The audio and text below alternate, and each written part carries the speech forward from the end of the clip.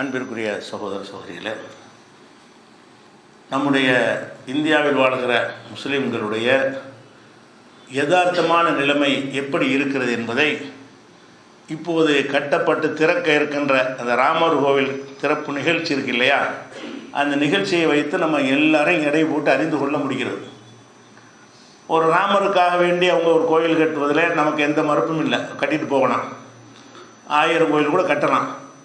ஆனால் ஒரு பள்ளிவாசலை சட்டவிரோதமாக இடித்து அதை வைத்து பல்லாயிரம் பேரை கலவரம் செய்து கொன்று குவித்து விட்டு அதுக்கு பிறகு பல வருடங்கள் நீதிமன்றத்தில் போராட்டத்துக்கு பிறகு நீதிமன்றத்தை விலைக்கு வாங்கி அது உங்கள் பள்ளிவாசல் கிடையாது என்று சொல்லி அந்த இடத்தில் அந்த கோயில் கட்டுறார்கள் என்பது தான் எல்லாருடைய கருத்தும். முஸ்லீம் அல்லாத நடுநிலை மக்கள்லாம் அந்த கருத்துலாம் இருந்தாங்க, எல்லாருக்கும் தெரிஞ்ச ஒரு விஷயம். அந்த இடத்துல கோயில் கட்டுற உடனே இன்றைக்கி எல்லா கட்சியில் உள்ளவர்களும் என்ன செய்கிறாங்கன்னா அதுக்கு போவதற்கு தயாராகிறாங்க. நீ கோயில் கட்டுறதுக்கு போ, கோயில் கட்டுறதுக்கு போகிறத பற்றி பிரச்சனை இல்லை, அந்த கோயில் எப்படி உருவாக்கப்பட்டது, அந்த கோயிலுக்கு முன்னாடி அது என்னவா இருந்தது, அது எந்த அடிப்படையில் கோவில் என்று தீர்ப்பு பெறப்பட்டது அப்படிங்கிறத கவனித்து நான் வரமாட்டேன்னு ஒரு கட்சிக்காரன் சொன்னானா, நீங்கள் அரசியல் கட்சிக்கு பின்னாடி அவன் காப்பாற்ற போகிறான், இவன் காப்பாற்ற போகிறான், இவன் சிறுபான்மை காவலராக இருக்க போகிறான் அப்படின்லாம் பேசிக்கிறீங்களே, இதை போகாமல் சில பேர் வேண்டாம் இருப்பான். இது கண்டிக்கத்தக்கது, இதை நாங்கள் ஏற்றுக்கொள்ள முடியாது. இந்து மக்களில் நல்லவனாக இருந்தால் கூட என்ன செய்யணும், ஏன்டா ஆக்கிரமிச்ச இடத்துல ஒரு கோயில் கட்டுறது ஏடா நம்ம கடவுள் விரும்புவார்னு நினைக்க வேண்டாது. அடுத்தவனுக்கு சொந்தமான இடத்துல கட்டுறதுக்கு பேர் ஆன்மீகம். ஆக்கிரமித்து வலுக்கட்டாயப்படுத்தி ஒருத்தனுடைய இடத்த பறித்து அதிகாரத்தை பயன்படுத்தி கட்டுவது என்பது அது எங்கள் மதத்துக்கு தவறானது என்று சொல்லக்கூடிய யாராவது இருக்கிறாங்களா? அந்த இடிக்கப்பட்டு தீர்ப்பளித்த நேரத்தில் இது தவறான தீர்ப்பு, இது சரியான தீர்ப்பு இல்லைன்னு ஒருத்தவரை அறிக்கை வரும். அதுக்கு பிறகு என்ன செய்வாங்கன்னா 2 கலந்துருவாங்க. நீங்கள் பாருங்கள், அது ஒன்று அதில் போய் கலந்து கொள்வார்கள். யார்? உங்களுக்கு பாதுகாவலர் வேஷம் போட்டவர்கள் எல்லாம், உங்களுடைய பாதுகாவலர்னு ஓட்டு பெருக்குவதற்காக நீ பின்னாடி ஓட்டுனீங்களே, அவர்கள் அதிகமான பேர் அதில் கலந்து கொள்வார்கள். அல்லது அதை கண்டிக்காமல் மௌன சாட்சியாக இருப்பார்கள்.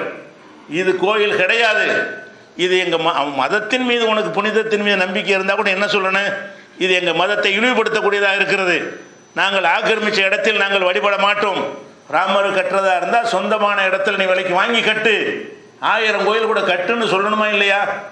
அன்னைக்கு நீலி கண்ணீர் வடித்தவர்கள்லாம் இன்றைக்கி பேச மாட்டேங்கிறானே, இன்றைக்கி வீடு வீடாக போய் அழைப்பு கொடுக்குறான். அதுக்கு எல்லாரும் வீட்டில் என்ன செய்யணும், ஜெய் ஸ்ரீராம் அன்னைக்கு சொல்லணுங்கிறான். எவ்வளோ திமுருன்னு பாருங்கள்.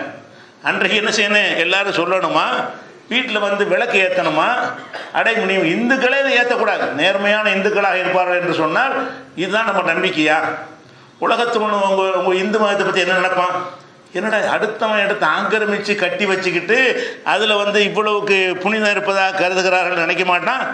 அப்போ எல்லாருடைய முகத்திரையும் 22ஆம் தேதி கிழிஞ்சு தொங்க போகுது. நீங்கள் பாருங்கள், நீங்கள் எவனுக்காவெல்லாம் போய்கிட்டு ரத்தம் செஞ்சு தேர்தல் வேலையெல்லாம் பார்க்குறீங்க, எல்லாரும் எப்படி நடக்க போகிறாருன்னு பாருங்கள். சில பேர் போகாமல் இருப்பார்களே தவிர இதை கண்டிக்க வேண்டிய நேரம் இது. அரசாங்கமே என்ன செய்யுது, இதுக்கு முஸ்தீப் எடுக்கிறது. ஒரு கோயில் கட்டுற விஷயத்துக்கு மதச்சார்பற்ற அரசாங்கத்துக்கு என்ன வேலை? அதுக்கு எந்த வேலையும் கிடையாது. பிரதமரே முன்னின்று நடத்துகிறார், ஊபி அரசாங்கமே முன்னின்று நடத்துகிறது. இதுக்காக வேண்டி சிறப்புரைகள் இலவச ரயிலாம் விட போகிறாங்க. ராமர் கோயில் கட்டணும் என்பதை சொல்லியே ஓட்டு வாங்கலாம் நினைக்கிறான். ஓட்டு வாங்கலாம் என்று நினைக்கிறான் என்று சொன்னால் அந்த மக்கள் எப்படி இருக்கிறார்கள், உங்களை எந்த நிலையில் வச்சு பார்க்குறார்கள்? உங்கள் இடத்த பறித்து கொண்டாலும் சரிதான், அது எங்களுக்கு உடன்பாடு என்கிறார்கள். அதன் அர்த்தம் அதை ஆதரிக்கிறார். நீங்கள் நினைக்கிறீங்க எல்லாம் நான் மதச்சார்பற்ற மக்களாக இருக்காங்கன்னு. கிடையாது. அதிகமான மக்கள் என்னென்னு கேட்டால் அவங்க நம்பிக்கைக்கு உகந்ததாக இருக்கும் என்று சொன்னால் உங்களுக்கு எந்த பாதிப்பு வருவதை பற்றியும் யாரும் கவலை கிடையாது. அப்போ நாம் மட்டும்தான் வெள்ளம் புயல் மழைன்னு வந்தால் மத நம்பிக்கையை கடந்து போய் உதவி செய்யக்கூடியவர்களாக இருக்கிறோம். வேறு மதத்தில் வேறு மக்கள்கிட்ட நிச்சயமாக கிடையாது. அதுக்கு புனிதம் நினைத்து கொண்டு அது வீடு வீடாக போய் அழைப்பு கொடுக்குறாங்க. எல்லோரும் வாங்க, இங்கே இருந்துக்கிட்டே நீங்கள் மணி ஆட்டுங்க, இங்கே இருந்துக்கொண்டே லைட்டை கொளுத்துங்கன்னு என்னென்ன விளக்கு ஏற்றுங்கன்னு சொல்கிறாங்க. அப்போ இவங்க என்ன செய்யலை, இப்போ அந்த மக்கள் ஏன்டா யார் வீட்டு இடத்துல கட்ட போகிறீங்க, ராமருடைய இடமாடாது, அவர் பள்ளிவாசல் தானே இடிச்சிங்க, ஊரறிய உலகறி இடிச்சிங்க, இடிச்சுவிட்டு அந்த இடத்துல அந்த கோவில் கட்டுறது ஒரு ஆதிக்கத்தை காட்டுவதற்கு, திமுறை காட்டுவதற்கு செய்கிறதுக்கு நாங்கள் தான் கிடைச்சோமான்னு சொல்லணுமா இல்லையா? சொல்ல மாட்டாங்க. இன்னும் சொல்ல போனால் அடுத்த தேர்தலில் இதையே தேர்தல் பிரச்சனை ஆக்குவாங்க. ராமருக்கு பிரம்மாண்டமான ஆலயம் அமைத்த கட்சிக்கு ஓட்டு போடுங்கன்னு சொல்லுவாங்க, இவன் போய் போடுவான். அப்போ உள்ளம் பூரா என்ன இருக்குது, நீங்கள் நினச்சிக்கிட்டீங்க நான் பழகுறாங்க கொள்கிறாங்கண்டு. மிக மிக அதிகமான மக்கள்கிட்ட அந்த எண்ணம்லாம் கிடையாது.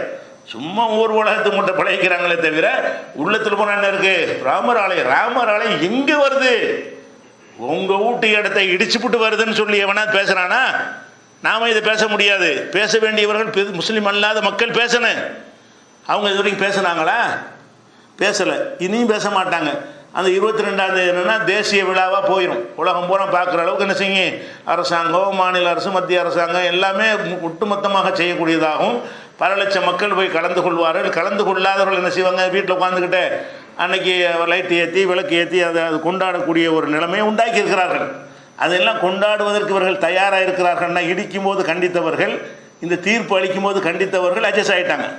அந்த நேரத்துக்கு வர ஒரு அறிக்கை தானே தவிர அதுக்கு பிறகு உங்களுடைய அந்த வலி, உங்களுடைய ரணம், உங்களுடைய வேதனை எதை பற்றி அவங்களுக்கு கவலை கிடையாது.